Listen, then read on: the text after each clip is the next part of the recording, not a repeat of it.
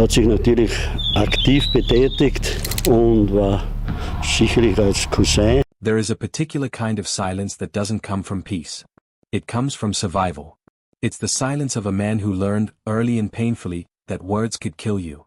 Not in a poetic sense. Literally. A wrong word to the wrong person in the wrong decade could mean prison, starvation, or a grave with no name on it. Johann Schmidt Jr. lived inside that silence for more than 70 years. He woke up in it every morning. He sat with it at dinner tables. He carried it through the streets of a town that whispered about him but never spoke to him directly. He was a man with a secret so heavy, not because he had done something terrible, but because he shared blood with someone who had thought he was Adolf Hitler's cousin, not a general. Not a party member. Not someone who believed in the mission or cheered at the rallies. He was a boy from the Austrian countryside whose only crime was being born into the wrong family tree. And for that, he lost his parents, his cousins, his home, and nearly a decade of his life to a Soviet labor camp. He paid a price he never agreed to pay, for sins he never committed, but now, near the end of his life, Johann wants to speak. Not to defend Hitler. Not to rewrite history. He wants to tell the world what it was actually like to carry that name. What he saw in a young Adolf before the world knew that face. What happened to the people history forgot, the ordinary relatives who were swallowed up by the catastrophe of one man's choices. And what it cost him, every single day, to stay quiet. This is that story.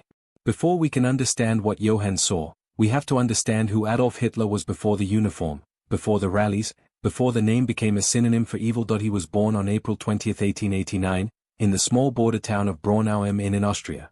His father, Alois Hitler, was a mid-level customs official, rigid and domineering, a man who ran his household the way a soldier runs a barracks. His mother, Clara, was gentle, religious, and deeply devoted to her children. Of the 6 children Clara bore, only 2 survived into adulthood, Adolf and his younger sister Paula. As a child, Adolf showed no signs of the monster he would become. He liked sketching buildings. He was drawn to art, to watercolors, to the idea of becoming a great painter or architect. He applied to the Academy of Fine Arts in Vienna twice. He was rejected both times. The admissions board found his work technically competent but lacking imagination, particularly in the human figure. He could draw buildings but not people. In hindsight, that detail feels almost too symbolic. After the rejections, Hitler drifted. He lived in the homeless shelters and cheap boarding houses of Vienna, surviving on occasional odd jobs and by selling postcards he painted. It was during this period, hungry and humiliated, that he began to absorb the political poison that floated through the cafes and reading rooms of the city. Vienna at the turn of the century was a hotbed of pan-German nationalism and virulent antisemitism. Newspapers printed vicious caricatures. Demagogues gave speeches blaming Jewish people for everything from economic hardship to cultural decay. Hitler, bitter and searching for answers, found those explanations satisfying. He didn't invent the hatred. He inherited it and decided to build a career on it. When the First World War began in 1914, Hitler enlisted with genuine enthusiasm. He served as a dispatch runner in the German army on the Western Front, a dangerous job that required moving messages between positions under fire. He was wounded twice and awarded the Iron Cross, First Class, a relatively rare honor for someone of his enlisted rank.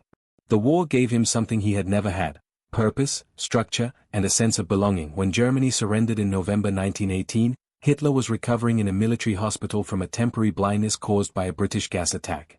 He later claimed the news of Germany's defeat was the most devastating moment of his life. The country he had fought for, the cause he had believed in, had collapsed. He described weeping in his hospital bed. Whether or not that was true, what was certainly true was that defeat hardened him into something dangerous. Germany in the post-war years was a broken place. The Treaty of Versailles had stripped the country of territory, imposed crippling reparations, and humiliated an entire nation. The economy buckled and then collapsed. People lost their savings overnight. Unemployment soared. And into that despair, Hitler arrived with a voice that could fill a room and a story that explained everything. Germany had not truly lost the war. It had been stabbed in the back by traitors, by Jewish bankers, by communists, by those who did not love the fatherland enough that it was a lie. But it was a useful lie, and people were desperate enough to believe it. In 1919 Hitler joined a tiny nationalist group called the German Workers' Party. Within a year, he had taken it over, renamed it the National Socialist German Workers' Party, and begun transforming it into something far more dangerous. In 1923, he attempted a coup in Munich, the so-called Beer Hall Putsch. It failed. He was arrested, tried for treason, and sentenced to 5 years in prison. He served less than 9 months. During his imprisonment, he dictated a book called Mein Kampf, which translates as My Struggle. It was part memoir, part manifesto, part fever dream. In it he laid out, in explicit and unambiguous terms, exactly what he intended to do: build a racially pure Germany, destroy what he called the Jewish threat, conquer living space in the East, and remake Europe in the image of his fantasies. The book sold modestly at first. Politicians and intellectuals in Germany and abroad dismissed it as the ranting of a failed agitator. They were making the most catastrophic miscalculation in modern history. After his release, Hitler rebuilt his movement through entirely legal means. He gave speeches. He organized. He waited. And when the Great Depression struck in 1929 and Germany's economy collapsed again, he was ready. He offered answers. He offered scapegoats. He offered a vision of restored greatness. In January 1933, the German president appointed him chancellor. Within 18 months, democracy in Germany was dead. Hitler had dissolved parliament, banned all other political parties, destroyed the free press, and had himself declared Führer, or absolute leader. The machinery of terror was already running. Jewish citizens were stripped of their rights, their jobs, and eventually their humanity. Books were burned. Dissidents vanished. Children were taught that some people were less than human, and somewhere in the Austrian countryside, a young Johann Schmidt Jr. was watching his famous relative's face appear on posters, in newspapers, on the radio. He was part of the family of the man the whole world was now afraid of. He had no idea yet what that would cost him. History tends to flatten the people around famous monsters. They become footnotes, supporting characters, names in a family tree that historians note and then move past. But every person in Hitler's orbit had a life, and most of them paid dearly for the proximity. Hitler's immediate family was small and, in many ways, deeply unhappy long before politics entered the picture. His father Alois died in 1903 when Adolf was 13. His mother Clara died of breast cancer in 1907 when he was 18. Her death was the one genuine grief Hitler ever seemed to feel. His doctor, Eduard Bloch, a Jewish physician who treated Clara in her final months, later said that he had never seen anyone so grief-stricken as Adolf Hitler at his mother's deathbed. Hitler sent Bloch a postcard of gratitude afterward, and years later, after the annexation of Austria, allowed Bloch to emigrate to the United States. It was the one act of personal loyalty Hitler ever showed toward a Jewish person, and it almost certainly saved that man's life. His sister Paula was the only full sibling who survived into adulthood. She was quiet, private, and entirely uninterested in politics. She worked for a time as a secretary and later as an arts and crafts seller. Hitler supported her financially but kept her at a deliberate distance. He was aware that having a visible sibling complicated his carefully constructed public image of a man married to Germany, devoted to nothing and no one except the nation. He eventually pressured Paula to change her last name to Wolf so that she could move through Austrian society without drawing attention. She complied. She spent the rest of her life in near total anonymity, dying in 1960 in Berchtesgaden with no children and, as far as anyone could tell, no particular desire to be remembered. His half-sister Angela, from his father's second marriage, had a more complicated relationship with him. She was older, capable, and practical in ways that Adolf never was. 4 years she ran his household, first at his apartment in Munich and later at the Berghof, the mountain retreat in Bavaria that became his private sanctuary. She managed the staff, handled domestic arrangements, and by most accounts kept the household functioning with quiet efficiency. But Angela had a daughter named Jelly Roble, and it was Jelly who became the central tragedy of Hitler's private life. Jelly was 23 years old, vivacious, and by many accounts genuinely charming. Hitler's attachment to her was intense and, by all surviving accounts, deeply controlling. He monitored her movements, restricted her social life, and forbade her from pursuing a singing career she had dreamed of. Those who knew them both described the relationship not with affection but with discomfort. On September 18, 1931, Jelly was found dead in Hitler's Munich apartment from a gunshot wound to the chest. The official ruling was suicide. The circumstances were never fully explained, and the questions they raised were never answered to anyone's satisfaction. After Jelly's death, Hitler changed. People who knew him both before and after consistently described a hardening, a retreat behind a wall of cold control that had previously been thinner. He forbade any mention of Jelly's name in his presence. Her photographs disappeared. Angela eventually left his household after a falling out, and Hitler's domestic circle shrank further. It was into this family, this fractured, uncomfortable, quietly frightened set of people, that Johann Schmidt Jr. was born. Johann's father and Adolf Hitler were cousins, their mothers having been sisters. That made Johann part of the extended Hitler family, a fact that meant very little during his childhood and nearly destroyed him after 1945. He was not close to Adolf. He was not taken into confidence. He was not present at any political meetings or inner circle gatherings. He was a peripheral relative, the kind who appears at family occasions and then disappears again, someone on the outer edge of the frame, but the outer edge of that frame was still close enough to see things. And what he saw, even as a child, stayed with him. The last time Johann Schmidt Jr. saw Adolf Hitler in person was in 1907. He would have been a very young boy. Hitler was 18, recently returned from Vienna where he had already been rejected once by the Art Academy. He came to visit family in the Austrian countryside, the region known as the Waldviertel, a rural area of forests and small farms that Hitler would later describe with a mixture of nostalgia and contempt. Johann's father was present during that visit. Years later, he told his son about one particular moment that he never forgot. The family was gathered outdoors, and at some point the young Adolf picked up a frog. He held it calmly, turned it over in his hands, and began explaining its anatomy to whoever was nearby.